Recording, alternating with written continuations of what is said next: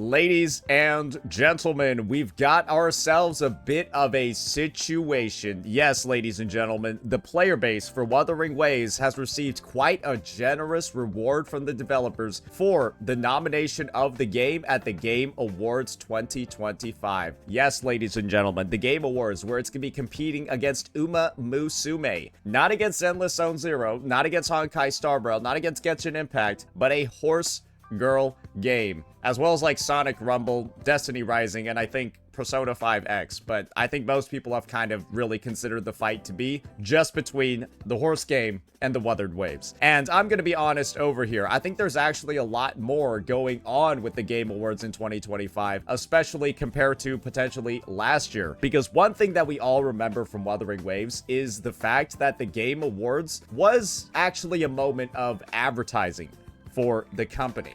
And the only thing that I'll go ahead and show you is, well, ladies and gentlemen, you all remember that this happened. Wuthering Waves, the Game Awards 2024 trailers. These companies use this avenue, use this event as an opportunity to market for future version updates of their games or new releases. But for Wuthering Waves, and I do believe, was it Zenless Zone Zero or it might have been Honkai Star Rail, they're two games that use this platform as an opportunity to, well, and you can just see the date over here, December 12th. Just look at what they're pushing forward over here. Y'all remember this? Y'all remember what they explicitly at Kuro Games, what they explicitly marketed at the Game Awards in 2024 last year. That's Renacida. That's 2.0. That's Wuthering Waves. And, well, with the game coming up with its first set of nominations of the year, what better way to advertise 3.0 than to use the Game Awards as another opportunity to do something like this? But this is a fact about this award, or this trailer at the Game Awards. We had actually already seen all of this before, because Kuro had kicked up their marketing for 2.0 into overdrive actually weeks before this. And so, looking at the date over here, November 18th, it might be November 19th by the time you're watching it, depending on time zone. Well, we can look back at the history of the Wuthering Waves Twitter account, and we'll see some very interesting things. Let me go ahead and show you all this from November 21st, 2024. This was actually the first set of teasers or marketing that we got for 2.0, where Kuro proceeded to kind of like drop all of these cryptic looking, patterns, showed a couple of the weapons or the articles that some of the playable characters were using. We all remember, or we can all recall by now, that this is Phoebe's staff. They also showed off things like Carlotta's gun, Brand's mask, Zani's tie, Rosia's suitcase, a bunch of things like that. And keep an eye on this date, November 21st, 2024. Immediately, less than 24 hours later, ladies and gentlemen, they then drip marketed a bunch of the new characters that were going to be arriving in the region. And then, on top of that, and this is the important one, we got this video. And rest in peace, Dong. It's been so long since we've seen this guy, I legitimately think he got fired.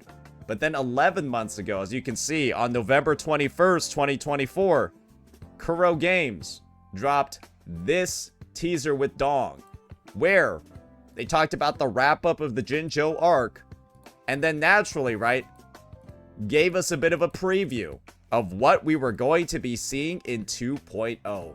And then capping all of that off was this trailer over here for the Game Awards. That has essentially been the marketing cycle for Wuthering Waves after version 1.4 going into 2.0.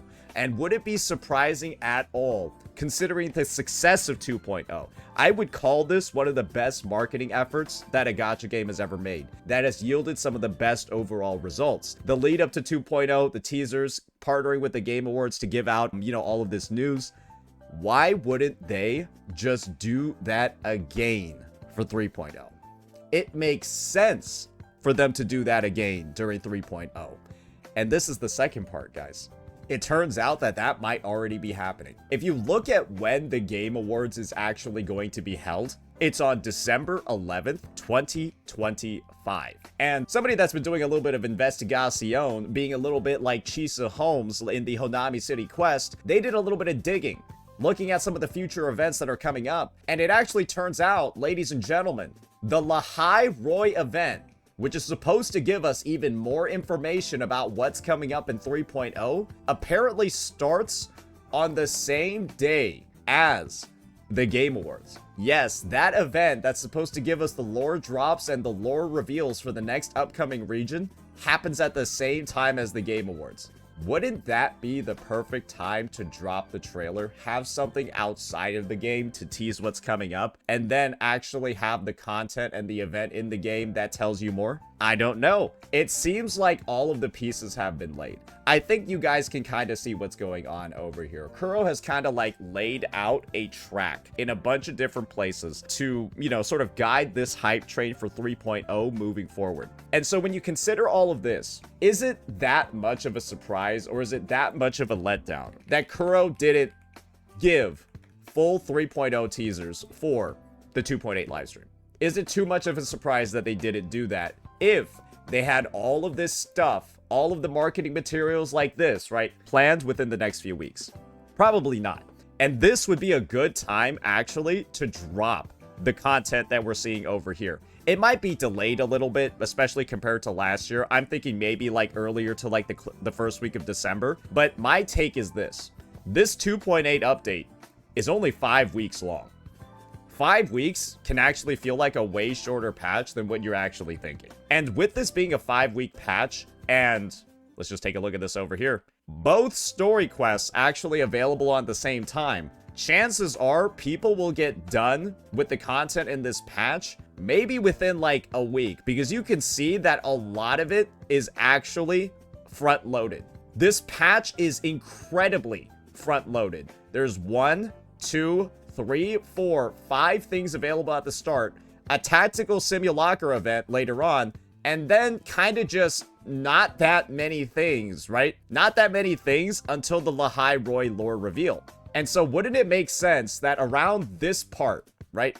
Around here, when people have done all of the content that's in the patch within like the first 2 weeks, right? Wouldn't it make sense that around here is when we start seeing some of that 3.0 teasers? And then when we get to the 11th over here, that's when the Game Awards gives the rest of the news. I'm thinking that this is about the sweet spot when we think about the timing, because we're going to have all this new content to enjoy, but then afterwards, right, a bit of a lull.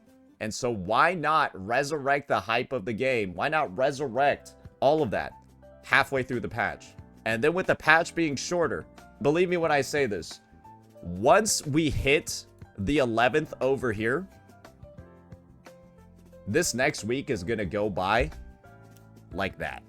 Those next 2 weeks following the Lahai-Roi drop, it's going to be the holiday season. You're going to be back from school. You're going to be home from work. You're going to be like eating like prime rib and whatever with your family and shit. Just like having like some fun. This week will pass by so quickly, or these 2 weeks are going to pass by so quickly. It's going to be unbelievable. And then we're going to be in 3.0. That's essentially what it's going to be. And so I think that they've done a lot of meticulous planning over at Kuro Games to kind of like plan out the hype train, especially considering the past experience that they've had managing it and the big success that they had for 2.0. And I genuinely hope that they don't drop the ball on this piece moving forward, because I can see the vision. I think that this strategy is going to be absolutely fantastic. I think that this is going to be very successful. But they got to make sure that they actually do it. Because I think the worst thing that could possibly occur at this point is that time just goes by. We go through the entire schedule over here. All of the content in the first half of the patch drops. And then we don't get any news at all about 3.0. And then we don't get any news after the Game Awards. But how does that make any fucking sense at all? When after the Game Awards, 2 weeks after the Game Awards, Wuwa 3.0 drops. 2 weeks after the Game Awards, that is when Wuwa 3.0 drops. If you're expecting that we're not going to get any teasers before 2 weeks before the patch, I'm going to be honest, I think you're probably on some kind of crack. You must be on some sort of drug. That would be a little bit ridiculous. So I think we're going to be getting a lot. I think it's going to be coming super fast, and I just hope that everyone is ready and everybody is prepared. prepared. Because one thing for certain is that I think the disappointment for the lack of teasers, I think the disappointment for the lack of stuff that came in 2.8, it just further builds upon, right, the content drought that we were in Wuthering Waves 2.7. I've talked about this concept before. It's a content debt, right? It's a engagement debt that needs to be paid. Because the engagement for the game, the mindshare, people thinking about it, it dropped really low during this patch. And 2.8, its live stream, it did a little bit to bring it back. But 2.8 only has like one character, and it's like an isolated scenario sphere, and it's not really getting into the lore of like the, you know, the upcoming story. So it's just like a little bit of a taste, right? But then those 3.0 teasers, when they come out in the next 2 weeks, or hopefully if they come out in the next 2 weeks, that should bring that hype all the way back up. And then that engagement debt that I talked about, it should be fully paid off, and then we head into 3.0 with no hitches, no issues, and a shit ton of hype. But that's the thing. It's all got to be executed. It's all got to happen. And hopefully from the breakdown that I provided, the information that I've shared, you guys can see the vision just as clearly as I can. And hopefully Wuthering Waves will actually be crowned the winner at the Game Awards 2025. And we'll be getting more than 1,000 asteroid. Maybe they'll follow up with like an actual 10 pull or something like that. That would be pretty damn neat. And I do wonder what kind of rewards Kuro feels like giving when they actually do win. Because Wuthering Waves did not actually win Mobile Game of the Year last year. We were only nominated. We also got a reward for that as well. But we ended up losing to fucking Balatro. But I'm going to be honest. Losing this year to Uma Musume won't feel as bad as losing to fucking Balatro. Because it's Balatro, bro. Like, it's Balatro. Like, what are we doing here? So, yeah, that's going to be it for this one, ladies and gentlemen. Hopefully, we've been able to keep the hype going. Hopefully, it doesn't appear like Wuwa 2.8 and all of that is too disappointing. And hopefully, for 3.0 and everything moving forward, y'all can have the most optimism that you can. Because I think that this one is going to be big. Because otherwise, guys, this is kind of like the elephant in the room that I haven't been addressing. Just think about how bad the PR and the reception is going to be if they don't do this well. That's something we didn't think about either. 2.7 was a dud patch. 2.8, it's good, but it doesn't recover from the depths of 2.7. And then they don't do the teasers and then they don't do that stuff right. That would be pretty bad. So we're praying against that worst case scenario. But just remember that it is a possibility. But I don't think that Kuro's going to be dumb enough to do that. So yeah, hopefully I didn't jinx it. But if all was needed was for me to jinx it, then they have bigger issues than me. So yeah, that'll be it for this one. Let me know what you all thought, ladies and gentlemen. Peace out.